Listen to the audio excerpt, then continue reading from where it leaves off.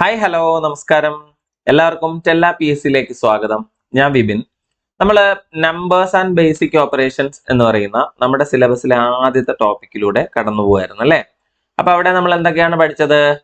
നമ്പേഴ്സിന്റെ basic ആയിട്ടുള്ള കാര്യങ്ങൾ പഠിച്ചിട്ടുണ്ടായിരുന്നു അല്ലെ. ഏറ്റവും ബേസിക് ആയിട്ടുള്ള നമ്പേഴ്സ് ഗ്രൂപ്പ് ഏതൊക്കെയാണ്, അപ്പൊ അതിനകത്ത് നിന്ന് നമ്മൾ ഓരോ ഗ്രൂപ്പിനെയും എങ്ങനെ കണക്ട് ചെയ്യാം, അത്തരം കാര്യങ്ങൾ പഠിച്ചു. അതുമായിട്ട് ബന്ധപ്പെട്ട ചില ചോദ്യങ്ങളും പഠിച്ചായിരുന്നു അല്ലെ. അപ്പൊ അങ്ങനെയാണെങ്കിൽ നമ്മൾ അവസാനം പഠിച്ചു നിർത്തിയത് എന്തായിരുന്നു? ഈ എണ്ണൽ സംഖ്യകൾ, ഒറ്റ സംഖ്യകൾ, ഇരട്ട സംഖ്യകൾ അല്ലെ, അതുപോലെ അഖണ്ഡ സംഖ്യകൾ, ഇവരുടെ തുക കാണുന്ന ഇക്വേഷൻസിനെ കുറിച്ചായിരുന്നു. അപ്പൊ ഇക്വേഷൻ തൊട്ട് മുമ്പത്തെ ക്ലാസ്സിൽ നമ്മൾ അവസാനം പറഞ്ഞു നിർത്തിയതായിരുന്നു. അപ്പൊ അത് നിങ്ങൾ പഠിച്ചു വെച്ച് കാണും എന്ന് വിചാരിക്കുന്നു. അപ്പൊ അതെങ്ങനെ നമുക്ക് ചോദ്യങ്ങളിൽ അപ്ലൈ ചെയ്യാം എന്നാണ് ഈ ക്ലാസ്സിൽ നമ്മൾ ആദ്യം നോക്കുന്നത്. ഓക്കെ, അപ്പൊ അതിനായിട്ട് ഞാൻ ആദ്യം ഒരു ചോദ്യം തരാം. ചോദ്യം ഇങ്ങനെയാണ്: 1 + 2 + 3 + etc. + 100 ഇതിന്റെ വില എത്ര എന്നാണ്. 1, 2, 3 എന്നിങ്ങനെ 100 വരെ സംഖ്യകളെ എഴുതി കൂട്ടിയാൽ നിങ്ങൾക്ക് കിട്ടുന്ന ഉത്തരം എന്ത് എന്നാണ് ചോദ്യം. അപ്പൊ ഇത് കണ്ടെത്താനായിട്ട് നമുക്കൊരു ഇക്വേഷൻ അറിയാം. കഴിഞ്ഞ ക്ലാസ്സിൽ നമ്മൾ അവസാനം പറഞ്ഞു നിർത്തിയ ഇക്വേഷൻ എന്താ? എണ്ണൽ സംഖ്യകളുടെ തുക കാണാനായിട്ടുള്ള ഇക്വേഷൻ അറിയാം അല്ലെ. അപ്പൊ എണ്ണൽ സംഖ്യകളുടെ തുക കാണാനായിട്ട് എന്ത് ഇക്വേഷൻ നമ്മൾ പഠിച്ചേ? n × n + 1/2 ഇങ്ങനെ ഒരു ഇക്വേഷൻ പറഞ്ഞായിരുന്നോ? അപ്പൊ അതനുസരിച്ച് ഇവിടെ n എന്താണെന്ന് തന്നിട്ടില്ല അല്ലെ. n തന്നിട്ടുണ്ടോ? ഇല്ല. പകരം നമ്മളോട് പറഞ്ഞു 1 മുതൽ 100 വരെയുള്ള സംഖ്യകൾ കൂട്ടി എഴുതാൻ പറഞ്ഞായിരുന്നു. അപ്പൊ നമുക്ക് മനസ്സിലായി 1 മുതൽ 100 വരെ എടുത്താൽ ആകെ എത്ര പേരുണ്ടാവും? 100 പേർ അല്ലെ. അപ്പൊ n ആയിട്ട് നമ്മൾ 100നെ എടുത്തു. അങ്ങനെയാണെങ്കിൽ ഇവിടുത്തെ തുക എഴുതുമ്പോ n × n + 1/2 എന്ന് എഴുതണം. അപ്പൊ 100 × 100നോട് 1 കൂട്ടിക്കോ 101/2 എന്ന് എഴുതിയാ പോരെ. ഓക്കെ അല്ലേ. അപ്പൊ 100നെ 2 കൊണ്ട് ഹരിച്ചാൽ നമുക്ക് കിട്ടുന്നത് 50 എന്നാണ്. 50നോട് നമ്മൾ 101 ഗുണിച്ചെഴുതുക. 50 × 101 എന്നാണ് അല്ലെ. 50 × 100 നമുക്കറിയാം 5000 ആണ്. അപ്പൊ 101 വരുമ്പോ ഒരു 50 കൂടെ എക്സ്ട്രാ വരുമെന്നേ ഉള്ളൂ. അപ്പൊ അത് നമുക്ക് 5050 എന്ന് എഴുതാം. കുഴപ്പമുണ്ടോ? ക്ലിയർ അല്ലേ? അപ്പൊ എല്ലാവർക്കും ചെയ്യാൻ പറ്റിയല്ലോ. അപ്പൊ ഇക്വേഷൻ കൃത്യമായിട്ട് നോക്കുക. അപ്പോ n എവിടെ അല്ലെങ്കിൽ n എത്ര എന്ന് ചോദിക്കരുത്. അപ്പൊ അതിന്റെ ഒരു ലോജിക്ക് കൃത്യമായിട്ട് മനസ്സിലാക്കുക. 1 മുതൽ 100 വരെയുള്ള സംഖ്യകളുടെ തുക ചോദിക്കുമ്പോൾ നമ്മൾ എത്ര പേരെയാണ് പരിഗണിക്കുന്നത്? 100 പേരെയാണ് പരിഗണിക്കുന്നത്. അതുകൊണ്ട് തന്നെ മനസ്സിലാക്കിക്കോ, n എന്നത് ആരാ? 100 ആണ്. അപ്പൊ n കിട്ടിക്കഴിഞ്ഞാൽ വേറെ ഒന്നും നോക്കാനില്ല. അതിനോട് എന്ത് ചെയ്യാ? ജസ്റ്റ് ഒരു 1 കൂടെ കൂട്ടുക. അപ്പൊ 100നോട് 1 കൂട്ടിയാൽ 101 ആണ് അല്ലെ. അപ്പൊ ചെയ്ത കാര്യത്രേ ഉള്ളൂ. n എത്രയാണെന്ന് പറഞ്ഞു? 100 ആണെന്ന് പറഞ്ഞു. 100നോട് 1 കൂട്ടിയപ്പോ നമുക്ക് 101 എന്ന് കിട്ടിയായിരുന്നു അല്ലെ. ശേഷം നമ്മൾ എന്ത് ചെയ്തു? /2 കൊടുത്തു.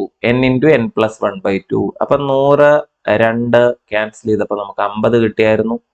അപ്പൊ നമുക്ക് ഇവിടെ എന്ത് ചെയ്യാം? 50 × 101 എന്ന് എഴുതാം. 50നെ 101 കൊണ്ട് ഗുണിച്ചാൽ നമുക്ക് കിട്ടുന്ന നമ്പർ എപ്പോഴും 5050 തന്നെ ആയിരിക്കുമല്ലോ. അങ്ങനെ നമ്മൾ നമ്മുടെ തുകയിലേക്ക് എത്തിച്ചേർന്നു. കുഴപ്പമുണ്ടോടാ? ഓക്കെ അല്ലേ. അപ്പൊ അതുപോലെ നമുക്ക് മറ്റൊരു ചോദ്യം നോക്കാം. ചോദ്യം ഇങ്ങനെയാണ്: 1 മുതൽ 50 വരെയുള്ള എണ്ണൽ സംഖ്യകളുടെ തുക എത്ര? ചോദ്യം മനസ്സിലായല്ലോ. അപ്പൊ തൊട്ട് മുമ്പത്തെ പോലെ നിങ്ങൾക്ക് ചെയ്യാൻ പറ്റുമല്ലോ. ഓപ്ഷൻ ഒന്നും തരുന്നില്ല, ജസ്റ്റ് ഒന്ന് ചെയ്തു നോക്കിക്കോ. 1 മുതൽ 50 വരെയുള്ള എണ്ണൽ സംഖ്യകളുടെ തുക എത്ര എന്ന ചോദ്യമാണ്. അപ്പൊ n ആയിട്ട് നമ്മൾ ആരെയാണ് പരിഗണിക്കുന്നത്? 50നെയാണ് പരിഗണിക്കുന്നത്. കുഴപ്പമുണ്ടോ? ഇല്ലല്ലേ. അപ്പൊ ഈ എണ്ണൽ സംഖ്യകളുടെ തുക കാണേണ്ട ഒരു സാഹചര്യം ഉണ്ടായാൽ അല്ലെ, എണ്ണൽ സംഖ്യകളുടെ തുക കാണാൻ നമ്മൾ എന്ത് ഉപയോഗിക്കും? n × n + 1 n + 1/2 എന്നല്ലേ. അപ്പൊ 50 വരെയുള്ള എന്ന് പറയുമ്പോ n ആയിട്ട് ആരെ പരിഗണിക്കുക? 50നെ പരിഗണിക്കുക. എന്നിട്ടോ 51/2. അപ്പൊ 50ഉം 51ഉം കൂടെ നിങ്ങൾക്ക് വേണമെങ്കിൽ ഗുണിച്ചെഴുതാം. അല്ലെങ്കിൽ നിങ്ങൾക്ക് എന്ത് ചെയ്യാം? 50നെയും 2നെയും കൂടെ ക്യാൻസൽ ചെയ്തിട്ട് ഇവിടെ 25 എന്ന് എഴുതാം. ശരിയല്ലേ? 25 × 51 എന്ന് എഴുതിയാൽ മതി. ഓക്കെ. അപ്പൊ 25ഉം 50ഉം കൂടെ വേണമെങ്കിൽ ഗുണിച്ചിട്ട് 1250 എന്ന് എഴുതിയ ശേഷം അതിൽ 25 കൂട്ടിയിട്ട് 1275 എന്ന് എഴുതി കൊടുക്കാം അല്ലെ. അല്ലാന്നുണ്ടെങ്കിൽ നമ്മൾ നേരത്തെ പറഞ്ഞ പോലെ 50ഉം 51ഉം കൂടെ ഗുണിച്ചെഴുതുക. ശേഷം അതിന്റെ പകുതി എടുത്താലും മതി. 50 × 50 2500 ആണ് അല്ലെ. അപ്പൊ 50 × 51 എന്ന് പറയുമ്പോ എങ്ങനെയാ? 2550 എന്ന് കിട്ടും. ഇതിന്റെ നേരെ പകുതി എടുത്താൽ മതി. 2550ന്റെ നേരെ പകുതി എന്ന് പറയുമ്പം 1275 ആണല്ലോ. മതിയോ? പിടി കിട്ടിയോ? ഉത്തരം കിട്ടിയോ? അപ്പൊ അങ്ങനെ ഒരു ഓപ്ഷൻ നമുക്ക് ഉണ്ടോ എന്ന് അറിയണ്ടേ? നോക്കാം അല്ലെ. നമുക്ക് തന്നിരിക്കുന്ന ഓപ്ഷൻസ് നോക്കിയടാ. 1075, 1175, 1275, 1375. നിങ്ങൾ ഏത് ചൂസ് ചെയ്യും? ഒന്നും നോക്കാനില്ല, 1275 ചൂസ് ചെയ്തു. സെറ്റ്. ക്ലിയർ ആയോ? അപ്പൊ 1 മുതൽ 50 വരെയുള്ള എണ്ണൽ സംഖ്യകളെ പരിഗണിക്കുമ്പോൾ മൊത്തം എത്ര പേരുണ്ട് എന്നുള്ളതായിരുന്നു നമ്മുടെ ആദ്യത്തെ പ്രശ്നം. അത് 50 പേരാണ്. ഇനി അത് നമ്മൾ ഇക്വേഷനിലേക്ക് കൊടുക്കുമ്പോൾ n × n+1/2 എന്നാണ്. അപ്പൊ n എന്നത് 50 ആണെങ്കിൽ 50നോട് 1 കൂട്ടി 51 അല്ലെ. അപ്പൊ 50 × 51/2 അപ്പൊ 25 × 51 ആണല്ലോ. 25 51 കൂടെ ഗുണിക്കുമ്പോ 1275 എന്ന് കിട്ടും. ക്ലിയർ അല്ലേ? കുഴപ്പമില്ലാതെ ഉത്തരം കിട്ടുന്നുണ്ടോ? ഉറപ്പിക്കാമോ? ശരി, അടുത്തൊരു ചോദ്യത്തിലേക്ക്. ചോദ്യം ഇങ്ങനെയാണ്. നമ്മുടെ കയ്യിലുള്ള ചോദ്യം ഇപ്പൊ എന്തായാലും തുക കാണാനുള്ള ചോദ്യങ്ങളാണല്ലോ. അപ്പൊ അതിലുള്ള ചോദ്യം 1 മുതൽ 100 വരെയുള്ള തുടർച്ചയായ ഒറ്റ സംഖ്യകളുടെ തുക. അപ്പൊ തൊട്ട് മുമ്പ് നമ്മൾ ചെയ്ത് നിർത്തിയ സ്ഥലത്ത് എന്തായിരുന്നു നമ്മൾ കണ്ടേ? അത് എണ്ണൽ സംഖ്യകളുടെ തുകയായിരുന്നു അല്ലെ. ഇവിടേക്ക് വന്നപ്പോ എന്താ നമ്മൾ കാണാൻ പോകുന്നേ? അത് ഒറ്റ സംഖ്യകളെ കുറിച്ചാണ്. അപ്പൊ 1 മുതൽ 100 വരെയുള്ള ഒറ്റ സംഖ്യകളുടെ തുക എന്ത് എന്ന ചോദ്യത്തിന് ആദ്യം നമ്മൾ n എഴുതണം, വേണ്ടേ? അപ്പൊ 1 മുതൽ 100 വരെ എന്ന് പറയുമ്പോൾ നമ്മൾ ഉടനെ ഇവിടെ കൊണ്ടുവന്ന് 100 എഴുതുവോ? എഴുതരുത്. ഒറ്റ സംഖ്യകൾ മാത്രമേ പറഞ്ഞിട്ടുള്ളൂ. അപ്പൊ ആദ്യത്തെ 100 ഒറ്റ സംഖ്യകൾ എന്നാണെങ്കിൽ നമുക്ക് 100 എന്ന് എഴുതാം. പക്ഷെ ഇവിടെ അങ്ങനെയല്ല, 100 വരെയുള്ള ഒറ്റ സംഖ്യകൾ എന്നാണ്. അപ്പൊ നമ്മൾ ചെയ്യേണ്ട ജസ്റ്റ് 100 എടുക്കുക, അതിന്റെ നേരെ പകുതി എടുക്കുക. എന്തിനത്? 100 വരെ എഴുതുമ്പോൾ നിങ്ങൾ തന്നെ ആലോചിച്ചോ, 10 വരെ എഴുതുമ്പോൾ ഒറ്റ സംഖ്യകൾ എത്ര എണ്ണം ഉണ്ടാവും? 5 എണ്ണം ഉണ്ടാവും അല്ലെ. അപ്പൊ ഇരട്ട സംഖ്യകൾ 5 എണ്ണം ഉണ്ടാവൂലേ. അപ്പൊ 100 വരെ എഴുതുമ്പോൾ എത്ര ഒറ്റ സംഖ്യകൾ എന്ന് ചോദിച്ചാൽ 50 എണ്ണം ഉണ്ട്. ഇരട്ട സംഖ്യകൾ 50. അപ്പൊ അതുകൊണ്ട് തന്നെ n ആയിട്ട് നമ്മൾ കൊടുക്കുന്നത് 50നെയാണ്. ഓക്കെ. ഇനി ഒറ്റ സംഖ്യകളുടെ തുക എന്ന് പറയുന്നത് എന്താണ്? ഒറ്റ സംഖ്യകളുടെ തുക കാണാൻ നമ്മൾ ഉപയോഗിക്കുന്ന ഇക്വേഷൻ n² എന്നല്ലേ ആണ്. അപ്പൊ n² എന്ന് എഴുതുന്നതിന് പകരം നമ്മൾ 50² എന്ന് എഴുതിയാ പോരെ? മതിയല്ലേ. അപ്പൊ 50ന്റെ സ്ക്വയർ എഴുതുക. 5ന്റെ സ്ക്വയർ 25 ആണ്. അപ്പൊ 50ന്റെ സ്ക്വയർ വരുമ്പോ 2500 എന്ന് കിട്ടും. മനസ്സിലായോ? അപ്പൊ ഒറ്റ സംഖ്യകളുടെ തുക എന്ന് പറയുമ്പോൾ എത്ര പേരുണ്ട് എന്ന് നോക്കുക. അതിന് നമ്മൾ n ആയിട്ട് പരിഗണിച്ചു. ഇനി എന്താ വേണ്ടേ? തുക. തുക കാണാനുള്ള ഇക്വേഷൻ കഴിഞ്ഞ ക്ലാസ്സിൽ തന്നെ ഞാൻ കാണാതെ അടുപ്പിച്ച് വിട്ടതാണ്. അതെന്താണ്? n² ആണ്. അപ്പൊ അതനുസരിച്ചാണെങ്കിൽ 50ന്റെ സ്ക്വയർ എഴുതിക്കോടാ. 50ന്റെ സ്ക്വയർ, 5ന്റെ സ്ക്വയർ 25 ആണ്. അപ്പൊ 50ന്റെ സ്ക്വയർ വരുമ്പോ 2500. അങ്ങനെ ഒരു ഓപ്ഷൻ ഉണ്ടോ നോക്കാമോ? യെസ്, 2500, 2550 അല്ലെ. 5050 ഉണ്ട്, 5000 ഉണ്ട്. നമുക്ക് എത്ര മതി തൽക്കാലം? നമുക്കിപ്പം 2500ന്റെ ആവശ്യമുള്ളൂ. സോ നമ്മൾ 2500 ചൂസ് ചെയ്തു. എന്തെങ്കിലും കുഴപ്പമുണ്ടോ? എല്ലാവർക്കും ഓക്കെ ആണെന്ന് വിചാരിക്കട്ടെ. സെറ്റ് അല്ലേ? യെസ്. അപ്പൊ അടുത്തൊരു ചോദ്യത്തിലേക്കാണ് നമ്മൾ ഇനി പോകാൻ പോകുന്നത്. അപ്പൊ ആ ചോദ്യത്തിലും നമ്മൾ പ്രതീക്ഷിക്കുന്ന ആരെയാണ്? ആ ഒറ്റ സംഖ്യകൾ തന്നെ ഉണ്ടല്ലേ. ആദ്യത്തെ 25 ഒറ്റ സംഖ്യകളുടെ തുക എത്ര എന്നാണ്. അപ്പൊ ആദ്യത്തെ 25 ഒറ്റ സംഖ്യകളെ കുറിച്ച് ഇവിടെ ചോദിക്കുകയാണ്. അല്ലാതെ 25 വരെ എന്നല്ല പറഞ്ഞിരിക്കുന്നത്. അപ്പൊ സ്വാഭാവികമായിട്ട് n ആയിട്ട് നമ്മൾ ആരെ പരിഗണിക്കും? 25നെ പരിഗണിക്കും. അപ്പൊ ഇതിന്റെ തുക എടുക്കണ്ടേ, സം എടുക്കണ്ടേ. അപ്പൊ നമുക്ക് എന്തെടുക്കാം? 25ന്റെ സ്ക്വയർ എന്ന് എടുക്കാം. മനസ്സിലായോ? അപ്പൊ ഈ n എന്ന് പറയുന്നത് 25 ആയതുകൊണ്ട് തന്നെ തുക കാണാനുള്ള ഇക്വേഷൻ n² ആണെന്ന് നമ്മൾ ഓൾറെഡി പറഞ്ഞിട്ടുണ്ട്. അതനുസരിച്ച് സം ഈക്വൽ ടു 25ന്റെ സ്ക്വയർ. 25ന്റെ സ്ക്വയർ 625 അല്ലടാ മക്കളെ. ഓക്കെ അല്ലേ? ഇപ്പൊ ഈ 625 നമുക്ക് എടുത്താൽ പോരെ. അപ്പൊ ആദ്യത്തെ 25 ഒറ്റ സംഖ്യകൾ എന്ന് പറയുമ്പോൾ n ആയിട്ട് വേറെ ആരെയും നോക്കണ്ട. 25 വരെ എന്നല്ല പറഞ്ഞിരിക്കുന്നത്. അഥവാ 25 വരെ എന്ന് പറഞ്ഞിട്ടുണ്ട് എന്ന് വിചാരിക്കും. സപ്പോസ് ചോദ്യം ഇങ്ങനെയാണ്, 25 വരെയുള്ള ഒറ്റ സംഖ്യകളുടെ തുക എന്നാണ് ചോദ്യം എന്ന് വിചാരിക്കും. അങ്ങനെയാണെങ്കിൽ n എങ്ങനെ കണ്ടുപിടിക്കാം? 25നോട് 1 കൂട്ടിയ ശേഷം പകുതി എടുത്തു. അപ്പൊ 26 ആണ്. 26ന്റെ പകുതി ആരാ? 13 ആണ്. അപ്പൊ അതുകൊണ്ട് തന്നെ അവിടുത്തെ തുക സം എങ്ങനെ എടുക്കാം എന്ന് ചോദിച്ചാൽ 13ന്റെ സ്ക്വയർ എന്ന് എഴുതിക്കോ അല്ലെ.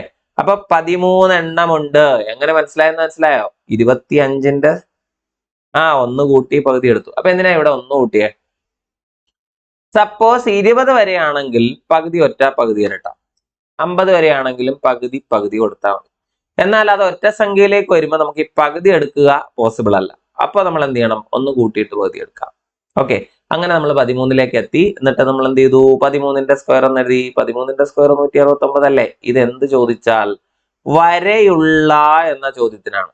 ഇവിടെ അങ്ങനെയല്ല, ആദ്യത്തെ 25 ഒറ്റ സംഖ്യകളുടെ തുക എന്നാണ്. അപ്പൊ 25ന്റെ സ്ക്വയർ എടുക്കുക. 25ന്റെ സ്ക്വയർ എന്ന് പറയുന്നത് 625 അങ്ങനെ ഓപ്ഷൻ ഉണ്ടോ? നോക്കിയാലോ, ഉണ്ട്. 1250, 250, 625, 500 ഉണ്ട്. അപ്പൊ നമ്മൾ ആരെ ചൂസ് ചെയ്തു? 625 ചൂസ് ചെയ്തു. അപ്പൊ ആദ്യത്തെ 25 ഒറ്റ സംഖ്യകളുടെ തുക എടുക്കാൻ അല്ലെ, ആയിട്ട് നമ്മൾ ആരെ എടുക്കുന്നു? 25നെ എടുക്കുന്നു. തുകയായിട്ട് സം എടുക്കുമ്പോൾ നമ്മൾ എന്തെടുക്കുന്നു? n സ്ക്വയർ എന്ന് എടുക്കുന്നു. n സ്ക്വയർ എന്ന് പറയുന്നത് 25ന്റെ തന്നെ സ്ക്വയർ ആണ്. 25ന്റെ സ്ക്വയർ എന്നത് 625 കിട്ടിയില്ലേ? സിമ്പിൾ ആയിട്ട് ഉത്തരത്തിലെത്തിയില്ലേ? ഇത്ര ഉള്ളടാ. ഓക്കെ, അടുത്തൊരു ചോദ്യത്തിലേക്ക് നമ്മൾ പോവാണേ. ചോദ്യം എന്താന്ന് വെച്ചാലേ, നമുക്കിവിടെ ഒറ്റ സംഖ്യ, എണ്ണൽ സംഖ്യ ഒക്കെ ചെയ്ത പോലെ എന്ത് ചോദിക്കാം? ദാ ഇപ്പൊ പറഞ്ഞ പോലെ ഈ ഒറ്റ സംഖ്യ, എണ്ണൽ സംഖ്യ എന്നൊക്കെ പറഞ്ഞ് സെപ്പറേറ്റ് ചോദിക്കുന്നതിന് പകരം നമ്മൾ ആദ്യം ചെയ്ത ചോദ്യം പോലെ 1 + 3 + 5 + etc. + 25 കണ്ടോ? എല്ലാരും ശ്രദ്ധിച്ചായിരുന്നോ? 1, 3, 5 ഇങ്ങനെ ഏത് വരെ? 25 വരെ. ഇതിന്റെ തുക എത്ര എന്നാണ് ചോദ്യം. പക്ഷെ ഇവിടെ എല്ലാം ശ്രദ്ധിച്ചാൽ നമുക്ക് മനസ്സിലാവും, ഇവിടെ ആര് മാത്രമേ ഉള്ളൂ? ഒറ്റ സംഖ്യകൾ മാത്രമേ ഉള്ളൂ അല്ലെ? അപ്പൊ 1 മുതൽ 25 വരെയുള്ള, അങ്ങനെയാണ്. അപ്പൊ എങ്ങനെ പഠിക്കണം? 25 വരെയുള്ള എന്ന് നമ്മൾ തൊട്ട് മുമ്പത്തെ ചോദ്യത്തിൽ ഒരു ചോദ്യം ചെയ്തില്ലേ അല്ലെ? അതിന്റെ കൂട്ടത്തിൽ ഞാൻ ഒരെണ്ണം പറഞ്ഞില്ലേ? അതാണ് ഇവിടെ പറഞ്ഞിരിക്കുന്നത്. 1 + 3 + 5 അങ്ങനെ ഏത് വരെ? 25 വരെ എടുക്കുമ്പോ 25 വരെയുള്ള എടുത്താൽ മതി. അപ്പൊ n ആയിട്ട് നമ്മൾ 25നെ പരിഗണിക്കരുത്. 25 എണ്ണം പൂർണ്ണമായിട്ടില്ല. അപ്പൊ അത് കണ്ടെത്താൻ നമ്മൾ എന്താ ചെയ്യേണ്ടതെന്ന് വെച്ചാൽ 25നോടൊന്ന് കൂട്ടിയിട്ട് പകുതി എടുത്താൽ മാത്രം മതി. 25നോടൊന്ന് കൂട്ടിയാൽ നമുക്ക് 26 എന്ന് കിട്ടും. 26ന്റെ പകുതി എന്ന് പറയുമ്പോൾ എത്ര കിട്ടും? 13 എന്ന് കിട്ടും. കിട്ടിയില്ലേ? അപ്പൊ n എന്നത് 13 അങ്ങനെയാണെങ്കിൽ ഇവിടത്തെ തുക സം എന്താണ് എന്ന് ചോദിച്ചാൽ നമ്മൾ നേരത്തെ ചെയ്ത പോലെ n സ്ക്വയർ എടുക്കാം. അപ്പൊ n സ്ക്വയർ എന്ന് പറയുന്നത് ശരിക്കും 13ന്റെ സ്ക്വയർ വേണം വരേണ്ടത്. 13ന്റെ സ്ക്വയർ എന്ന് പറയുന്നത് 169 പിടികിട്ടിയ? അപ്പൊ 1 മുതൽ 25 വരെയുള്ള ഒറ്റ സംഖ്യകളാണ്. അപ്പൊ ഒറ്റ സംഖ്യകളുടെ തുക കാണാനുള്ള ഇക്വേഷൻ n സ്ക്വയർ ആണ്. അപ്പൊ നമ്മൾ എന്താ ചെയ്തേ? 13ന്റെ സ്ക്വയർ എടുത്തു. 13ന്റെ സ്ക്വയർ 169. അങ്ങനെ ഒരു ഓപ്ഷൻ ഉണ്ടോ? ഉണ്ടല്ലോ, ഉണ്ട്. കണ്ടോ? അപ്പൊ ഈ 169 കണ്ടുപിടിച്ചതിന് ശേഷം ആദ്യത്തെ ഓപ്ഷനിൽ 196 ഉണ്ട്. അബദ്ധത്തിൽ പോലും അതിൽ ചെന്ന് അടിക്കരുത് കേട്ടോ. കാണുമ്പോൾ ഒരു ലുക്ക് ഉണ്ടെന്നേ ഉള്ളൂ. ശരിക്കും ആൻസർ ഏതാ? 169 തെറ്റിപ്പോവല്ലേ? ഓക്കെ ആണേ. ശരി, അടുത്തൊരു ചോദ്യത്തിലേക്കാണ് നമ്മൾ പോകാൻ പോകുന്നത്. അടുത്ത നമ്മുടെ ചോദ്യം എന്താണെന്ന് നോക്കാമോ? 1 മുതൽ 29 വരെയുള്ള ഒറ്റ സംഖ്യകളുടെ തുക എത്ര? നമ്മൾ നേരത്തെ പറഞ്ഞില്ലേ 25 വരെ എന്ന് ചോദിച്ചാൽ നിങ്ങൾ എന്ത് ചെയ്യും അല്ലെ? അതുപോലെ ഇവിടെ 1 മുതൽ 29 വരെ എന്നാണ്. അപ്പൊ 1 മുതൽ 29 വരെ എടുക്കുമ്പോൾ പൂർണ്ണമായ അതിനകത്ത് ആരെ കുറിച്ചാണ്? 1, 3, 5, 7 അങ്ങനെയുള്ള ഒറ്റ സംഖ്യകളെ കുറിച്ചാണ്. അപ്പൊ നമുക്ക് 29 വരെ എന്ന് പറയുമ്പോ പൂർണ്ണമായിട്ട് നമുക്ക് 29ന്റെ പകുതി എടുക്കാൻ പറ്റില്ലല്ലോ. ഇപ്പൊ 29 എന്ന് പറയുന്ന സംഖ്യ ഒരു ഒറ്റ സംഖ്യയാണ്. അതൊരു ഓഡ് നമ്പർ ആയതുകൊണ്ട് നമ്മൾ അതിനെ കുറച്ചുകൂടെ സിമ്പിൾ ആയിട്ട് ചെയ്യും കേട്ടോ. അപ്പൊ 29 വരെ എന്ന് പറയുമ്പോൾ നമുക്ക് അവിടെ കണ്ടെത്തണം, എണ്ണം കണ്ടെത്തണം. അതിനെന്താ മാർഗം എന്ന് വെച്ചാൽ ഈ 29നോടൊപ്പം ഒന്നും കൂടെ കൂട്ടാം. ശേഷം ഇതിന്റെ പകുതി എടുക്കാം. 29നോടൊന്ന് കൂട്ടിയാൽ 30 കിട്ടുമല്ലോ അല്ലെ? 30ന്റെ നേരെ പകുതി എടുത്തോ. 30ന്റെ നേരെ പകുതി എടുക്കുമ്പോൾ 15 കിട്ടൂലേ? കണ്ടോ? മനസ്സിലായോ? അപ്പൊ n എന്നത് ആരാണ്? 15 ആർക്കെങ്കിലും ഡൗട്ട് ഉണ്ടോ? ഇപ്പൊ 29 വരെ എന്ന് പറയുമ്പോൾ 1 മുതൽ 29 വരെയാണ്. അപ്പൊ എത്ര പേരുണ്ടെന്ന് അറിയാൻ 29ന്റെ കൂടെ 1 കൂട്ടുക, പകുതി എടുക്കുക. അപ്പൊ എത്ര കിട്ടി? 15 കിട്ടി. ഇനി നമുക്ക് തുക എടുക്കണം. സം കണ്ടുപിടിക്കാനുള്ള മാർഗം എന്താ? n സ്ക്വയർ എന്നല്ലേ? അപ്പൊ n എന്ന് പറയുന്ന 15 ആയതുകൊണ്ട് തന്നെ നമ്മൾ 15ന്റെ സ്ക്വയർ എടുക്കുക. 15നെ 15 കൊണ്ട് ഗുണിച്ചാൽ 225 എന്ന് നമുക്ക് ഉത്തരം കിട്ടും. ശരിയല്ലേ? പിടികിട്ടിയ? അപ്പൊ നമ്മള് 30 എന്ന് ചിന്തിച്ചാൽ മതി അല്ലെ? 30 വരെ എടുത്താലും 29 വരെ എടുത്താലും ഒറ്റ സംഖ്യകളുടെ എണ്ണം തുല്യല്ലേ? അപ്പൊ 30 വരെ പകുതി ഒറ്റ, പകുതി ഇരട്ട എന്നുള്ള രീതിയിലല്ലേ? അപ്പൊ 29 വരെ എടുത്താലും അത്രയും തന്നെ ഒറ്റ സംഖ്യകൾ ഉണ്ടല്ലോ. അപ്പൊ അതുകൊണ്ട് തന്നെ ഇവിടുത്തെ ഒറ്റ സംഖ്യകളുടെ എണ്ണം 15 അപ്പൊ അവരുടെ തുക എന്ന് പറയുന്നത് 15ന്റെ സ്ക്വയർ ആണ്. അപ്പൊ 15ന്റെ സ്ക്വയർ ആരാ? 225 അല്ലേ? അപ്പൊ ആ 225 നമ്മുടെ പക്കലുണ്ടോ? ഉണ്ടല്ലോ. ഇതാണ് നമ്മുടെ ഉത്തരം. തെറ്റായോ? കുഴപ്പമില്ലല്ലോ. അപ്പൊ 1 മുതൽ 29 വരെയുള്ള ഒറ്റ സംഖ്യകളുടെ തുക എന്ന ചോദ്യത്തിന് നമ്മൾ എന്തുത്തരം പറയും? 225 എന്ന ഉത്തരം പറയാം. ഓക്കെ ആണോ? ശരി, അങ്ങനെയാണെങ്കിൽ നമുക്ക് മറ്റൊരു ചോദ്യം നോക്കാം. 5 മുതൽ 25 വരെയുള്ള ഒറ്റ എണ്ണൽ സംഖ്യകളുടെ തുക എത്ര? ഇവിടെ എന്തില്ല? ഇരട്ട സംഖ്യകളില്ല. ഉണ്ടോ? എണ്ണൽ സംഖ്യകൾ എന്ന് പറഞ്ഞിട്ടില്ല. ഒറ്റ എണ്ണൽ സംഖ്യകൾ അല്ലെങ്കിൽ ഒറ്റ സംഖ്യകളെ കുറിച്ച് മാത്രമേ പറഞ്ഞിട്ടുള്ളൂ. പക്ഷെ നമുക്കിവിടെ ഒരു ലിമിറ്റ് ഉണ്ട്. നേരത്തെ പറഞ്ഞ പോലെ 25 വരെയുള്ള എന്നല്ല, 5 മുതൽ, അല്ലെ? 5 മുതൽ 25 വരെ എന്നാണ്. അപ്പൊ സ്റ്റാർട്ടിങ് പോയിന്റ് 1 അല്ല. അപ്പൊ ആ സമയത്ത് നമുക്ക് നമ്മുടെ ഇക്വേഷൻ ഡയറക്റ്റ് ആയിട്ട് ഉപയോഗിക്കാൻ പറ്റില്ല. പറ്റൂടാ? ഇല്ല. അപ്പൊ നമ്മൾ എന്ത് ചെയ്യുന്നറിയോ? 1 മുതൽ 25 വരെയുള്ള തുക കണ്ടുപിടിക്കാൻ നമുക്കറിയാലോ. 1 മുതൽ 25 വരെയുള്ള ഒറ്റ സംഖ്യകളുടെ തുക കാണാൻ നമുക്ക് എല്ലാവർക്കും അറിയാം n എന്ന് പറയുന്നത് 25നോട് 1 കൂട്ടിയ ശേഷം പകുതി എടുക്കുന്നതാണ്. അപ്പൊ 26ന്റെ പകുതിയാണ്, അത് എത്രയാ? 13 ആണ്. ആണല്ലോ. അപ്പൊ 25 വരെയുള്ള തുക നമുക്ക് ആദ്യം എടുക്കാം. 25 വരെയുള്ള തുക നമ്മൾ എടുക്കുമ്പോഴേ എങ്ങനെ എടുക്കണം? 13ന്റെ സ്ക്വയർ എടുത്താൽ മതിയല്ലോ, അല്ലെ? 13ന്റെ സ്ക്വയർ എന്ന് പറയുന്നത് 169. അവിടെ കിടക്കട്ടെ. ഇത് പൂർണ്ണമായിട്ട് നമുക്ക് വേണ്ട. നമുക്ക് 5 മുതൽ മതി. അപ്പൊ അതിനു മുമ്പ് ആരൊക്കെയാണ് ഒറ്റ സംഖ്യകൾ ഉള്ളത്? 1ഉം വരുന്നുണ്ട്, 3ഉം വരുന്നുണ്ട്, അല്ലെ? അപ്പൊ ഇവരെ നമുക്ക് അതിൽ നിന്ന് ഒഴിവാക്കണം. 1ഉം 3ഉം കൂടെ എത്ര വരുന്നുണ്ട്? 1ഉം 3ഉം കൂടെ 4 വരുന്നുണ്ട്.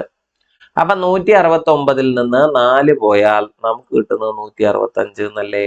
ഇത്രയേ ഉള്ളു കാര്യം. അപ്പൊ 25 വരെയുള്ള, അല്ലെ? 25 വരെയുള്ള ഒറ്റ സംഖ്യകൾ എത്ര പേരുണ്ട് എന്ന് വെച്ചാൽ 13 പേരുണ്ട്. അപ്പൊ 13ന്റെ സ്ക്വയർ 169. ഓക്കെ.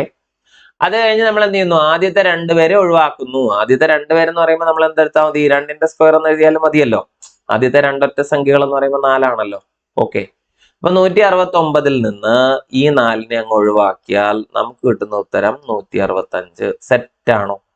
അപ്പൊ 5 മുതൽ 25 വരെയുള്ള ഒറ്റ എണ്ണൽ സംഖ്യകളുടെ തുക എത്ര എന്ന ചോദ്യത്തിന് 165 എന്ന് നമുക്ക് ഉത്തരം കൊടുക്കാം.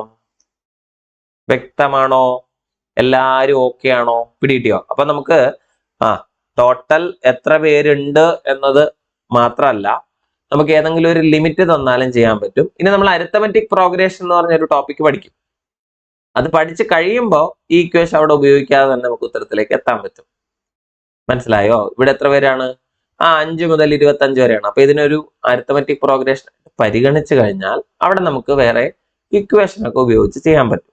ഓക്കെ. ഇപ്പൊ തൽക്കാലം നമുക്ക് എന്ത്? ഒറ്റ സംഖ്യകളുടെ തുക കാണാനുള്ള ഇക്വേഷൻ സിമ്പിൾ ആയിട്ട് ഉപയോഗിച്ചാൽ ഉത്തരത്തിലേക്ക് പോകാനായിട്ട് പറ്റും. ഓക്കെ. അതുപോലെ മറ്റൊരു ചോദ്യത്തിലേക്ക് പോവാണ്. ആദ്യത്തെ 100 ഇരട്ട സംഖ്യകളുടെ തുക എത്ര? അല്ലെ? അപ്പൊ നമ്മൾ എണ്ണൽ സംഖ്യ ചെയ്തു, ഒറ്റ സംഖ്യ ചെയ്തു, ഇനി ഇരട്ട സംഖ്യയിലേക്ക് വരികയാണ്. അപ്പൊ ആദ്യത്തെ n ഇരട്ട സംഖ്യകളുടെ തുക കാണാൻ നമ്മൾ പഠിച്ച ഇക്വേഷൻ n × n+1 എന്നാണ്, അല്ലെ? അപ്പൊ ആദ്യത്തെ n ഇരട്ട സംഖ്യകളുടെ തുക എന്ന് പറയുന്നത് n × n+1 എന്നല്ലേ? അപ്പൊ ഇവിടെ ആദ്യത്തെ 100 ഇരട്ട സംഖ്യകൾ എന്ന് പറഞ്ഞാൽ n ആയിട്ട് നമ്മൾ ആരെ പരിഗണിക്കണം? 100നെ പരിഗണിക്കണം. അപ്പൊ ഇവിടത്തെ തുക എത്ര? സം എത്ര എന്ന് ചോദിച്ചാൽ 100 × 1 കൂട്ടി എഴുതിയാൽ 101 അല്ലേ? 100ഉം 101ഉം കൂടെ ഗുണിച്ചാൽ നമുക്ക് കിട്ടുന്നത് 10,100 എന്നാണ്. മനസ്സിലായോ? അപ്പൊ ആദ്യത്തെ 100 ഇരട്ട സംഖ്യകളുടെ തുക എന്ന് പറയുന്നത് എന്താണ്? n × n+1 എന്നാണ്, അല്ലെ? ആ ഇക്വേഷനല്ലേ ഉപയോഗിക്കുന്നേ. അപ്പൊ n എന്നത് 100 ആയി നമ്മൾ പരിഗണിച്ചു. ഇപ്പൊ 50 പേരാണെങ്കിൽ n ആയിട്ട് 50 കൊടുക്കാം, അല്ലെ? 100 വരെ എന്നല്ല. അപ്പൊ 100 വരെ എന്നാണ് ചോദ്യം എന്ന് വിചാരിക്ക്. 100 വരെയുള്ള എന്നാണ് ചോദ്യം എന്ന് വിചാരിക്ക്. 100 വരെയുള്ള ഇരട്ട സംഖ്യകളാണ് എങ്കിൽ നമ്മൾ അതിൽ ചെറിയൊരു ചേഞ്ച് വരുത്തും. അവിടെ n ആയിട്ട് നമ്മൾ എന്ത് കൊടുക്കൂല? 100 കൊടുക്കൂല, അത് 50 എന്ന് കൊടുത്താൽ മതിയാകും. വ്യക്തമായി മനസ്സിലാക്കിക്കോണം. ഇവിടെ 100 എണ്ണം എന്ന് പറഞ്ഞിട്ടുണ്ട്. ആദ്യത്തെ 100 ഇരട്ട സംഖ്യകൾ എന്ന് തന്നെ പറഞ്ഞിട്ടുണ്ട്. അതുകൊണ്ട് n ആയിട്ട് 100 കൊടുത്തു. എന്നാൽ ഇനി നമ്മളോട് എന്ത് ചോദിച്ചാൽ, സപ്പോസ് 100 വരെയുള്ള എന്ന് ചോദിച്ചാൽ പകുതി ഒറ്റ പകുതി ഇരട്ട അങ്ങനെയല്ലേ നമ്മൾ പരിഗണിക്കുക ആണ്. അങ്ങനെയാണെങ്കിൽ ഇവിടത്തെ n ആയിട്ട് നേരെ പകുതി എടുക്കുക 50. അങ്ങനെയാണെങ്കിൽ തുക നമ്മൾ എങ്ങനെ കൊടുക്കും? n × n+1 എന്നല്ലേ? അതനുസരിച്ചാണെങ്കിൽ 50 × 51 എഴുതണം. മനസ്സിലായോ? അപ്പൊ നമുക്ക് 2550 എന്ന് എഴുതാൻ പറ്റും. രണ്ടും സാഹചര്യം നോക്കിക്കോണം. വരെയുള്ള എന്നതും അല്ലെ 100 എണ്ണം അല്ലെ കൗണ്ട് ആയിട്ട് തരുന്നത്. അപ്പൊ n ആയിട്ട് നമ്മൾ 100 കൊടുത്താൽ തുക എന്ന് പറയുന്നത് 100 × 101. കുഴപ്പമില്ലല്ലോ. അപ്പൊ നമുക്ക് ഓപ്ഷൻസ് നോക്കാമോ? അപ്പൊ ഇവിടുത്തെ ഓപ്ഷനകത്ത് നമ്മുടെ 10100 ഉണ്ട്. കണ്ടോ? അങ്ങനെ നമ്മളത് ചൂസ് ചെയ്തു. പിടികിട്ടിയോ? ഇവിടെ നമുക്ക് 2550 എന്ന് പറ്റിക്കാനുള്ള സാധ്യതയുണ്ട്. അബദ്ധത്തിൽ പോലും നമ്മൾ അങ്ങനെ ചിന്തിക്കരുത് കേട്ടോ. അപ്പൊ ആദ്യത്തെ 100 ഇരട്ട സംഖ്യകളുടെ തുക എത്ര എന്ന ചോദ്യത്തിന് നമ്മൾ ചെയ്ത കാര്യം എന്താണെന്ന് വ്യക്തമായി മനസ്സിലാക്കിക്കോ. 100 ഇരട്ട സംഖ്യകൾ വരുമ്പം n ആയിട്ട് 100നെ പരിഗണിച്ചു. 100നോട് ഒരു 1 കൂടെ കൂട്ടിയാൽ 101 കിട്ടും. 101 100 കൂടെ ഗുണിച്ചെഴുതിയാൽ നമുക്ക് കിട്ടുന്നത് 10100 എന്നാണ്. 10100 ഉണ്ടോ നമ്മുടെ കയ്യിൽ? ഉണ്ടല്ലോ. യെസ്. ഓക്കെ. അപ്പൊ അടുത്ത നമുക്കൊരു ചോദ്യം കൂടെ നോക്കാം. ചോദ്യം ഇങ്ങനെയാണ്: തുടർച്ചയായ ആദ്യത്തെ എത്ര ഒറ്റ സംഖ്യകളുടെ തുകയാണ് 100? ഓക്കെ. അപ്പൊ ആദ്യത്തെ എത്ര ഒറ്റ സംഖ്യകളുടെ തുകയാണ് 100 എന്നുള്ളതാണ്. അപ്പം ഒറ്റ സംഖ്യകളുടെ തുകയെ സൂചിപ്പിക്കാൻ നമ്മളിപ്പോ തൊട്ട് മുമ്പ് ചെയ്ത എന്തായിരുന്നു? ഇരട്ട സംഖ്യകളെ കുറിച്ചാണ് അല്ലെ.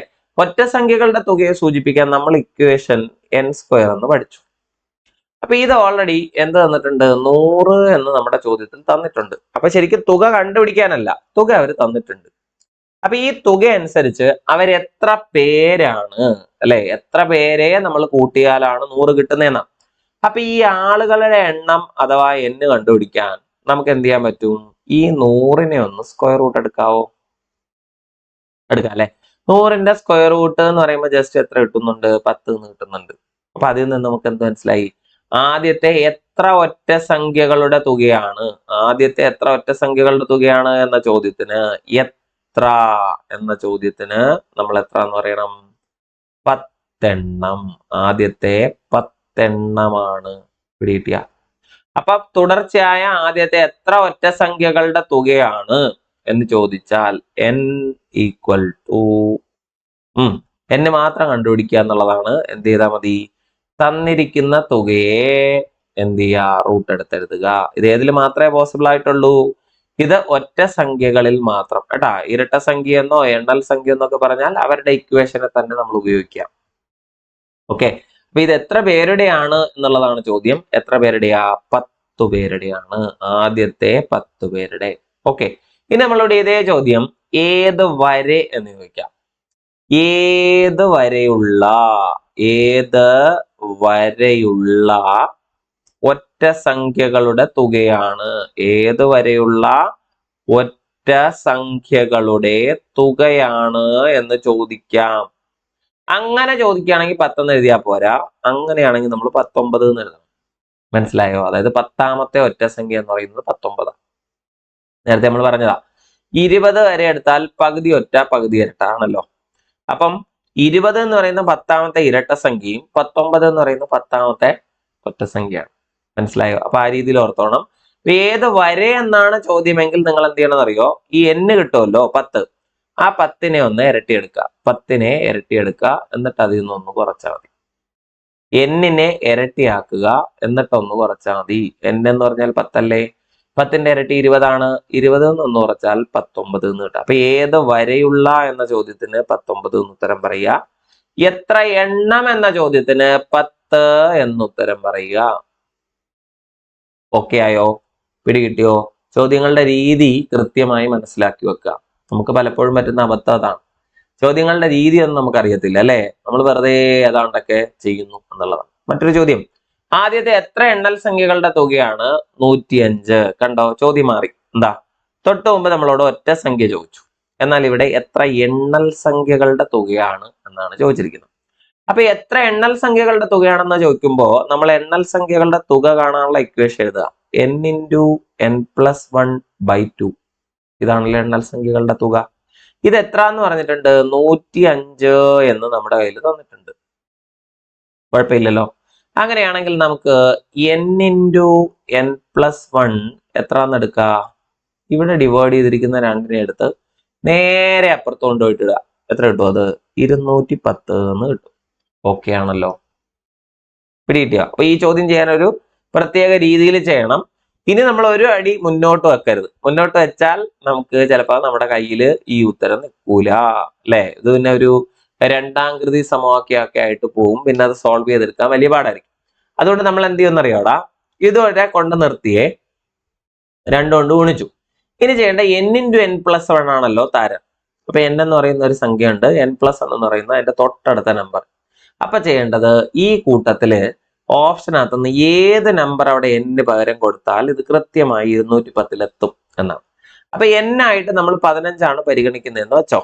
അപ്പൊ n ആയിട്ട് 15നെ പരിഗണിച്ചാൽ 15നോട് 1 കൂട്ടിയാൽ 16 ആണല്ലോ. 15ഉം 16ഉം കൂടെ കൂട്ടിയാൽ ഒരിക്കലും 210 കിട്ടില്ല. 15ഉം 16ഉം കൂടെ കൂട്ടിയാൽ കൂട്ടിയാലല്ല, ഗുണിച്ചാൽ 240 കിട്ടുള്ളൂ. മനസ്സിലായോ? 15 എന്ന് പറയുന്ന സംഖ്യ n ആയി പരിഗണിച്ചാൽ അതിന്റെ തൊട്ടടുത്ത നമ്പറായ 16 n പ്ലസ് 1 ആണല്ലോ. അവരെ തമ്മിൽ ഗുണിച്ചാൽ 240 കിട്ടുള്ളൂ. നമുക്കത് പോരാ. ഇനി നമ്മൾ 14 എടുക്കുന്നതെന്ന് വിചാരിക്കും. തൊട്ടടുത്ത ഓപ്ഷൻ 14. അങ്ങനെയാണെങ്കിൽ തൊട്ടടുത്ത ഓപ്ഷൻ 14നോടൊപ്പം അതിനോട് 1 കൂട്ടി 15ഉം കൂടെ എഴുതാമല്ലോ. അപ്പൊ 14 ഇൻറ്റു 15 എത്ര കിട്ടുമോ നോക്കിയേ? 210. കറക്റ്റ്. അങ്ങനെ വന്നിട്ടുണ്ടെങ്കിൽ ഇതാണ് ഉത്തരം. ഓക്കെ. ഇനി 12 വരുന്നതെങ്കിലോ 12 ഇൻറ്റു 13 അല്ലേ വരുള്ളൂ. മനസ്സിലായോ? 12 ഇൻറ്റു 13 എന്തായാലും 210 എത്തൂലല്ലോ. ഇനി 10 വരുന്നതെങ്കിൽ 10 ഇൻറ്റു 11 അല്ലേ വരുള്ളൂ. അതും 210 അല്ലല്ലോ. അപ്പൊ 210 എത്തണമെങ്കിൽ n ആയിട്ട് കൊടുക്കാൻ പറ്റുന്ന നമ്പർ ഏത്? അത് 14. അപ്പൊ എത്ര എണ്ണൽ സംഖ്യകളുടെ തുകയാണ് 105 എന്ന ചോദ്യത്തിന് നമ്മൾ ചെയ്ത മെത്തേഡ് എന്താണെന്ന് കൃത്യമായിട്ട് നോക്കുക. നേരത്തെ നമുക്ക് ഒറ്റ സംഖ്യകളാകുമ്പോൾ ചെയ്യാൻ ഭയങ്കര സിമ്പിൾ ആയിരുന്നു. എന്താണ്?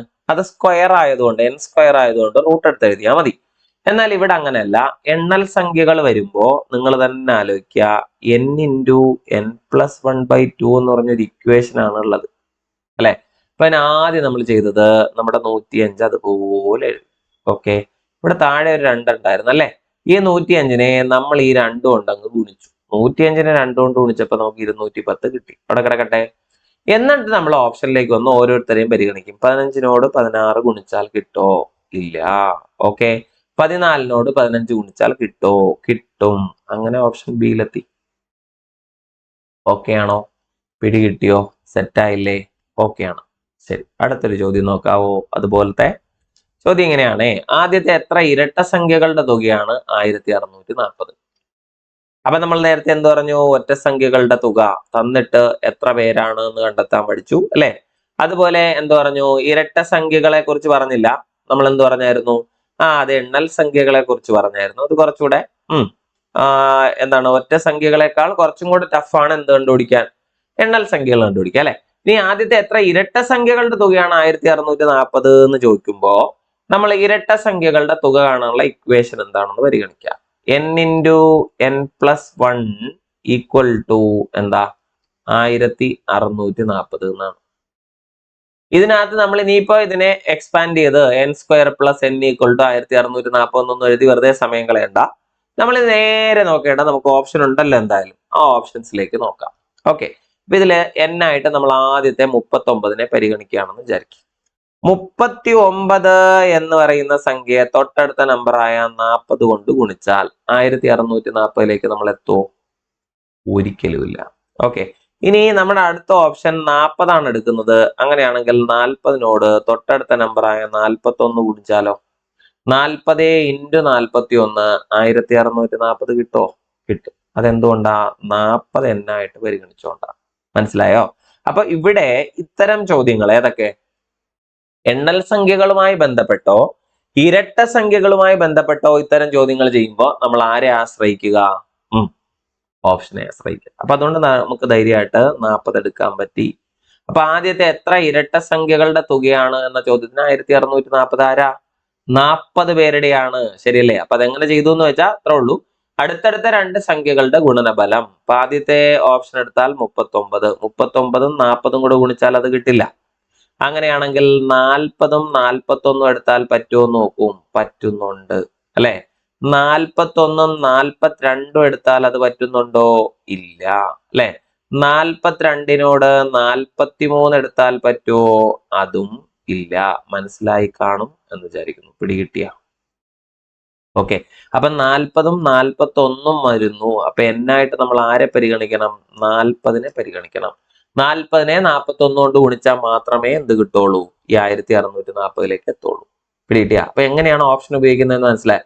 ഇത്രയും സിമ്പിൾ ആയിട്ട് നമുക്ക് ഇതിന്റെ ഉത്തരം കണ്ടെത്താൻ വേറെ മാർഗങ്ങളില്ല. അതുകൊണ്ട് ഒറ്റ സംഖ്യകളുടെ തുക നമുക്ക് ഡയറക്റ്റ് ആയിട്ട് എഴുതാം. എണ്ണൽ സംഖ്യകളും ഇരട്ട സംഖ്യകളും എടുക്കുമ്പോൾ ഈ ഒരു മെത്തേഡ് ഉപയോഗിക്കുന്നത് എപ്പോഴും നിങ്ങൾക്ക് സേഫ് ആയിരിക്കും. ഓക്കെ, നല്ലതാണ് കേട്ടോ. മറ്റൊരു ചോദ്യം, ഇത് നമുക്ക് ഇപ്പൊ ഏറ്റവും റീസെന്റ് ആയിട്ട് പല പരീക്ഷകളിൽ ഇപ്പൊ 2024, 25 സമയങ്ങളിൽ നടന്ന 10th ലെവൽ പരീക്ഷകൾ പോലും പരിശോധിച്ചാൽ നിങ്ങൾക്ക് അറിയാൻ പറ്റും ഈ ടൈപ്പ് ക്വസ്റ്റ്യൻസ് ഇതുപോലെ ചോദിച്ചു കണ്ടിട്ടുണ്ട്. ഇത് ശരിക്കും നമ്മുടെ തുകയുടെ ഇക്വേഷൻ വെച്ച് ചെയ്യുന്നതാണ്. ഈ എക്സ് ഒരു ഒറ്റ സംഖ്യയാണ്. എക്സ് എന്ന് പറയുന്ന ഏതോ ഒരു ഒറ്റ സംഖ്യയാണ്. ഈ എക്സിന് താഴെയുള്ള എല്ലാ ഒറ്റ സംഖ്യകളും കൂട്ടിയപ്പോ 169 കിട്ടിയിട്ടുണ്ട്. പ്രത്യേകം ശ്രദ്ധിക്കൂ, എക്സ് എന്ന് പറയുന്നത് ഒരൊറ്റ സംഖ്യയാണ്. എക്സിന് താഴെയുള്ള എല്ലാ ഒറ്റ സംഖ്യകളും കൂടെ കൂട്ടിയപ്പോ 169 കിട്ടിയെന്നാണ്. എക്സ് എത്ര? അപ്പൊ എന്താണ് തന്നിരിക്കുന്നതെന്ന് നോക്കണം. ഒറ്റ സംഖ്യകളുടെ തുകയെ കുറിച്ചാണ് പറയുന്നത് അല്ലെ. അപ്പൊ ഒറ്റ സംഖ്യകളുടെ തുക എന്ന് പറയുമ്പം n² ആയിട്ടാണല്ലോ പരിഗണിക്കുന്നത്, ആണ്. അപ്പൊ n² എന്ന് പറയുന്നത് എത്രയാ, 169 എന്നാണ്, ആണല്ലോ. അപ്പൊ n എത്രയാണ് എന്ന ചോദ്യത്തിന് 169ന്റെ എന്തെടുത്തെഴുതുക, റൂട്ട് എടുത്തെഴുതുക. അപ്പൊ n-ന്റെ മൂല്യം എന്ന് പറയുന്നത് 13 എന്ന് കിട്ടുമല്ലോ, എല്ലാവർക്കും കിട്ടുന്നതാണ്. ഓക്കെ, അപ്പൊ ചെയ്താലും നോക്ക്, എക്സ് ഒരൊറ്റ സംഖ്യയാണ്. എക്സിന് താഴെയുള്ള എല്ലാ ഒറ്റ സംഖ്യകളെയും കുറിച്ചാണ് നമ്മൾ പറയുന്നത് അല്ലെ. അപ്പൊ അടുത്ത തുക എന്ന് പറയുന്നത് 169 ആണ്. അപ്പൊ n എന്തായിരുന്നു എന്ന് ചോദിച്ചാൽ 169ന്റെ റൂട്ടാണ്, അത് 13. അവിടെ ഇരിക്കട്ടെ. ഓക്കെ, പക്ഷെ 13 ആണ് നമ്മുടെ ആൻസർ എന്ന് തെറ്റിദ്ധരിക്കരുത്. കാരണം നമ്മുടെ ഓപ്ഷൻസ് എല്ലാം ആ രീതിയിൽ ചെയ്തു വെച്ചിട്ടുണ്ട്. ആദ്യത്തെ ഓപ്ഷൻ 13 കേട്ടോ, ചെന്ന് എടുക്കരുത്. അപ്പൊ നമുക്കറിയാം 13 ഒറ്റ സംഖ്യകൾ ഉണ്ട്. 13ാമത്തെ ഒറ്റ സംഖ്യ ആരാ? 13ാമത്തെ ഒറ്റ സംഖ്യ കണ്ടുപിടിക്കാൻ 13നെ ഇരട്ടി എടുക്കുക. നമ്മൾ നേരത്തെ പറഞ്ഞതാ. 13ന്റെ ഇരട്ടി എടുത്ത ശേഷം അതിൽ നിന്ന് 1 കുറയ്ക്കുക. അപ്പൊ 26 നിന്ന് 1 പോയാൽ 25. അപ്പൊ 13ാമത്തെ ഒറ്റ സംഖ്യ ഏതാന്ന് വെച്ചാൽ അത് 25. അതായത് 25 വരെയുള്ള ഒറ്റ സംഖ്യകളുടെ തുകയാണ് 169 അല്ലെ. അപ്പൊ 25 വരെ എന്നാണ്, 25 വരെ എന്നാണ്. എന്നാൽ നമ്മുടെ ചോദ്യം അങ്ങനെയല്ല, എക്സിന് താഴെ എന്നാണ്. അപ്പൊ 25ന് താഴെ നമുക്ക് പറയാൻ പറ്റുമോ, ഇല്ല. എക്സ് എന്ന് പറയുന്ന ഒരു ഒറ്റ സംഖ്യയാണ്, അതിന് താഴെയുള്ള ഒറ്റ സംഖ്യകൾ എന്നാണ്. അപ്പൊ 25 വരെ എടുക്കണമെങ്കിൽ അത് ഏതൊറ്റ സംഖ്യയുടെ താഴെയുള്ള സംഖ്യകളാണെന്ന് ആലോചിക്കാം. 25 വരെ എടുക്കുമ്പം അത് ഏതൊറ്റ സംഖ്യക്ക് താഴെയുള്ളതാ, 27 എന്ന് പറയുന്ന ഒറ്റ സംഖ്യക്ക് താഴെയുള്ളതാ. മനസ്സിലായോ? അപ്പൊ അതുകൊണ്ട് തന്നെ എക്സിന്റെ വില ചോദിക്കുമ്പം ഓപ്ഷനകത്ത് 25 വന്നാൽ പോലും നമ്മൾ എടുക്കരുത്. മക്കളെ ശ്രദ്ധിക്കണം, അവസാന നിമിഷം വരെ അലർട്ടായിട്ടിരുന്നില്ലെങ്കിൽ ചോദ്യം തെറ്റും. 13 മുതൽ തുടങ്ങും കേട്ടാ. നമുക്ക് കിട്ടുന്ന 13 ഒക്കെ കാണുമ്പോൾ നമ്മൾ ഭയങ്കര സന്തോഷത്തോടു കൂടി പോയി അടിക്കും കേട്ടാ. അതൊന്നും എടുത്തേക്കരുത്. 13 ഒറ്റ സംഖ്യകളുടെ തുകയാണ് 169, അത് സെറ്റാണ്. മനസ്സിലായോ? അതായത് n² 169 ആണ്. അപ്പൊ n എത്രയാണെന്ന് വെച്ചാൽ അത് 13 ആണ്. കറക്റ്റാ. അപ്പൊ ഈ 13 ഒറ്റ സംഖ്യകളുടെ തുക 169. അപ്പൊ 13ാമത്തെ ഒറ്റ സംഖ്യ ആരാന്ന് നോക്കണം. അപ്പൊ 13ന്റെ ഇരട്ടി എടുക്കുക, 1 കുറയ്ക്കുക. അപ്പൊ എത്ര കിട്ടി, 25 എന്ന് കിട്ടി. അപ്പൊ 25 വരെ എന്താണ് തുക എടുക്കുമ്പോൾ 169 കിട്ടും. പക്ഷേ അത് ഏതോ ഒരു ഒറ്റ സംഖ്യക്ക് താഴെയാണ്. അത് ഏതാണ് ആ ഒറ്റ സംഖ്യ എന്ന് ചോദിച്ചാൽ അത് 27 ആണ്. സോ നമ്മുടെ ആൻസർ 27 എന്ന് തന്നെ എടുക്കണം, ഇല്ലെങ്കിൽ തെറ്റും. ഓക്കെ ആണേ. അപ്പൊ എക്സ് എന്ന് പറയുന്നത് ഒരു ഒറ്റ സംഖ്യയാണ്. എക്സിന് താഴെയുള്ള എല്ലാ ഒറ്റ സംഖ്യകളുടെയും കൂടെ തുക 169 ആണ്. അപ്പൊ ആലോചിക്കുക, n² 169 ആണ്. ഓക്കെ, അപ്പൊ n എന്ന് പറയുന്നത് ഉറപ്പായിട്ട് ആരായിരിക്കും, 169ന്റെ റൂട്ടാണ്, അത് 13 ആണ്. 13ാമത്തെ ഒറ്റ സംഖ്യ ആര് എന്ന് ചോദിച്ചാൽ 13ന്റെ ഇരട്ടി എടുക്കുക, 26. 26 എന്ന് 1 കുറയ്ക്കാം. 26 എന്ന് 1 കുറച്ചാൽ 25 അല്ലേ, ഇത് കിട്ടൂലേ. അപ്പൊ 25 വരെയുള്ള ഒറ്റ സംഖ്യകളാണ്. പക്ഷെ നമുക്കത് പോരാ. 25 വരെയുള്ള ഒറ്റ സംഖ്യകൾ എന്നുള്ളതല്ല, ഈ 25ന് മുകളിലുള്ള ഒറ്റ സംഖ്യയാണ് നമ്മുടെ ഉത്തരം. അതായത് ഏതോ ഒരു ഒറ്റ സംഖ്യയിൽ നിന്ന് താഴെയുള്ളത് എന്നാണ്. അപ്പൊ അതുകൊണ്ട് തന്നെ നമ്മുടെ ഉത്തരത്തിലേക്ക് പോകുമ്പോൾ 25-ന് ശേഷമുള്ള ഒറ്റ സംഖ്യ പരിഗണിക്കുക. അപ്പൊ 25-ന് ശേഷമുള്ള ഒറ്റ സംഖ്യ എന്ന് പറയുന്നത് 27 അല്ലേ? അപ്പൊ 27-ന് താഴെയുള്ള എല്ലാ ഒറ്റ സംഖ്യകളും കൂടെ കൂട്ടുമ്പോഴാണ് നമുക്ക് 169 കിട്ടുന്നത്. കാര്യം കൃത്യമായി മനസ്സിലാക്കി ചെയ്യേണ്ടതാണ്. ഓക്കെ ആണോ? കുഴപ്പമില്ല? യെസ്. അടുത്തൊരു ചോദ്യത്തിലേക്ക് പോകാമോ? അടുത്ത ചോദ്യം ഇങ്ങനെയാണേ: ആദ്യത്തെ 20 ഒറ്റ സംഖ്യകളുടെ തുകയേക്കാൾ എത്ര കൂടുതലാണ് തൊട്ടടുത്ത 20 ഒറ്റ സംഖ്യകളുടെ തുക? എല്ലാവർക്കും ഇത് കാണുമ്പോൾ ഒരു ടെൻഷൻ ഉണ്ടാവും, സ്വാഭാവികം.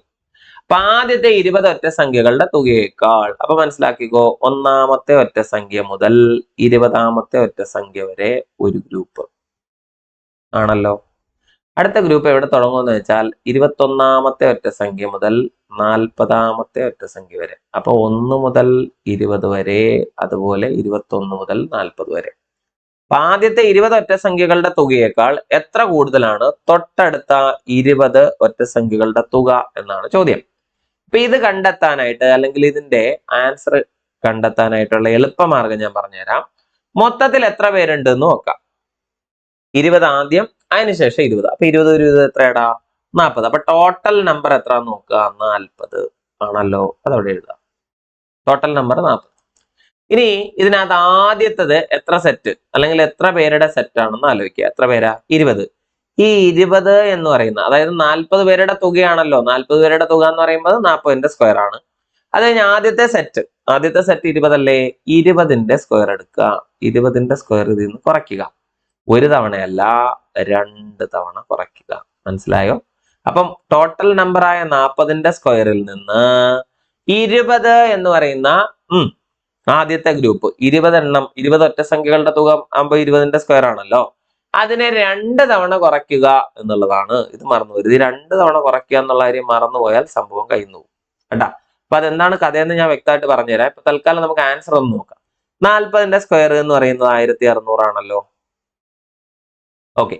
20-ന്റെ സ്ക്വയർ എന്ന് പറയുന്നത് 400 ആണല്ലോ. അപ്പൊ 400-ന്റെ എന്തെടുക്കുക? ഇരട്ടി എടുക്കുക ആണ്. 400-ന്റെ ഇരട്ടി ആരാ? 800. അപ്പൊ 1600-ൽ നിന്ന് 800 പോയാൽ നമ്മുടെ ഉത്തരം 800 അല്ലേ? പിടികിട്ടിയ? അങ്ങനെ ഒരു ഓപ്ഷൻ ഉണ്ടോ നോക്കിയേ. ഉണ്ട്. ആരാ? 800 എന്ന ഓപ്ഷൻ ഉണ്ട് അല്ലെ? പക്ഷെ ഇതിനകത്തൊരു ഡേഞ്ചർ ഓപ്ഷൻ ആരാന്നറിയോ? അതിനകത്തൊരു 1200 കിടപ്പുണ്ട്. അതെന്താണ് അതിന്റെ ഡേഞ്ചർ സിറ്റുവേഷൻ എന്ന് ഞാൻ പറഞ്ഞുതരാം. എന്തായാലും ആൻസർ ഉറപ്പിച്ചോ, 800 ആണേ. കൺഫ്യൂഷൻ വരണ്ടെന്ന് വിചാരിച്ച ആദ്യമേ പറഞ്ഞു എന്നേ ഉള്ളൂ. ഇതെന്താ സംഭവം എന്ന് വെച്ചാലേ, ആദ്യത്തെ 20 ഒറ്റ സംഖ്യകളുടെ തുകയേക്കാൾ എത്ര കൂടുതലാണ് തൊട്ടടുത്ത 20 ഒറ്റ സംഖ്യകളുടെ തുക എന്നാണല്ലോ.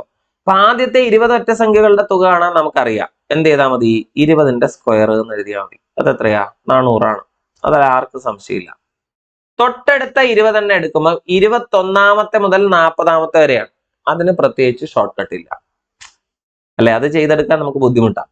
പകരം നമ്മൾ എന്താ ചെയ്യുന്നതെന്ന് വെച്ചാൽ 1 മുതൽ, ആദ്യത്തെ മുതൽ 40-ാമത്തെ വരെയുള്ള എല്ലാവരുടെയും തുക എടുക്കാം. അപ്പൊ 40 എണ്ണത്തിന്റെ തുക എന്ന് പറയുമ്പോൾ 40-ന്റെ സ്ക്വയർ അല്ലേ? ആണ്. അപ്പൊ 40-ന്റെ സ്ക്വയർ എന്ന് പറയുന്നത് 1600 ആണ്. ഈ 1600-ൽ നിന്ന് നമ്മൾ ആരെ ഒഴിവാക്കും? ആദ്യത്തെ 20 വരെ അങ്ങ് ഒഴിവാക്കും. അപ്പൊ ഈ 1600-ൽ നിന്ന് ആദ്യത്തെ 20 വരെ ഒഴിവാക്കിയാൽ 400 അല്ലേ? ഇതങ്ങ് ഒഴിവാക്കുമ്പോ ബാക്കി 1200. ഇത് എഴുതുമ്പോ തന്നെ നമുക്ക് 1200 അടിക്കാനുള്ള ടെൻഡൻസി ഉണ്ടാവും. പക്ഷെ മനസ്സിലാക്കിക്കോ, ഈ 1200 എന്ന് പറയുന്ന ആരാ? ഈ 21 മുതൽ 40 വരെയുള്ള തുക മാത്രമാണ്. മനസ്സിലാക്കിക്കോ, 1 മുതൽ 20 വരെയുള്ള തുക ആരാ? 400 ആണ് അല്ലെ? പിന്നെ നമ്മൾ എടുക്കുന്നത് 21 മുതൽ 40 വരെയുള്ള തുകയാണ്. അപ്പൊ 1 മുതൽ 40 വരെയുള്ള ആരാ? ഉറപ്പായിട്ടും 1600 ആണ്. അതിൽ ആദ്യത്തെ 400 വരെ ഒഴിവാക്കി, 400 ഒഴിവാക്കി. ബാക്കി 1200 എന്ന് പറയുന്ന ആരാ? 1200 എന്ന് പറയുന്നത് 21-ാമത്തെ മുതൽ 40-ാമത്തെ വരെയുള്ള ആണല്ലോ. ഈ രണ്ട് തുകകളുടെ വ്യത്യാസം എടുക്കാം. 21 മുതൽ 40 വരെയുള്ള തുക എന്ന് പറയുന്ന 1200 ആണല്ലോ. ആണ്. ഈ 1200-ൽ നിന്ന് 400 നമ്മൾ വീണ്ടും കുറയ്ക്കും.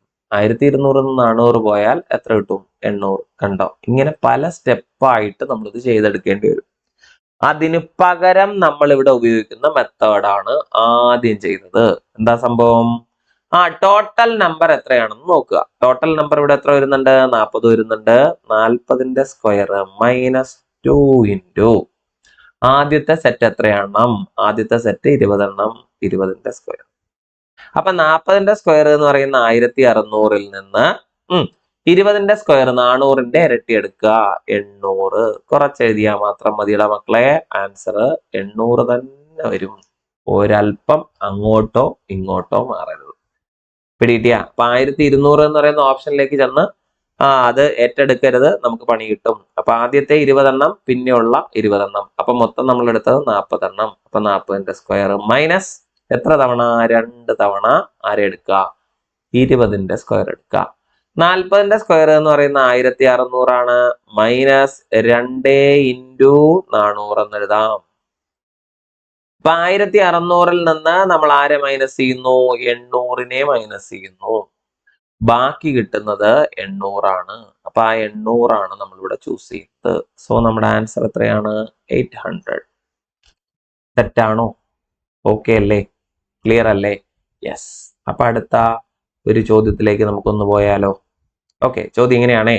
അടുത്തടുത്ത 4 ഇരട്ട സംഖ്യകളുടെ തുക 180 എങ്കിൽ അതിനുശേഷം വരുന്ന അടുത്തടുത്ത 4 ഇരട്ട സംഖ്യകളുടെ തുക എന്ത്? സ്വാഭാവികമായിട്ട് നമുക്കൊരു ടെൻഷൻ വരുമല്ലേ? അപ്പൊ എന്താ സംഭവം എന്ന് പറഞ്ഞുതരാമേ. ഇരട്ട സംഖ്യകൾ, നമ്മുടെ കയ്യിലുള്ള ഇരട്ട സംഖ്യകൾ, ചുമ്മാ വെറുതെ എക്സാമ്പിൾ എഴുതാണേ. 2, 4, 6, 8 ആണല്ലോ. തൊട്ടടുത്ത 4 പേരെ കുറിച്ചാണ് നമ്മളുടെ. ആദ്യത്തെ 4 പേരുടെ തുക ആയിരുന്നു. അത് കഴിഞ്ഞ് ശേഷം വരുന്ന 4 പേരെ കുറിച്ചാണ് ചോദിക്കുന്നത്. അപ്പൊ ലോജിക്ക് കൃത്യമായിട്ട് മനസ്സിലാക്കുക. അപ്പൊ അടുത്ത 4 പേര് എന്ന് പറയുമ്പോൾ എവിടെ തുടങ്ങണം?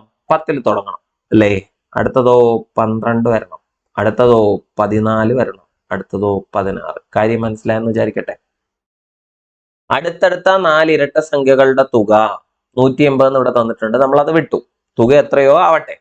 അപ്പൊ ആദ്യത്തെ 4 പേരെ നമ്മൾ എഴുതി. ഇവരുടെ തുക ഓൾറെഡി നമ്മൾ അവിടെ സെറ്റ് ചെയ്ത് വെച്ചു. എത്രയാണെന്ന് നോക്കുന്നില്ല. എന്നാൽ അടുത്ത സെറ്റിലേക്ക് വരുമ്പോ, അടുത്ത ഗ്രൂപ്പിലേക്ക് വരുമ്പോ എന്താണ് വ്യത്യാസം എന്ന് നോക്കി.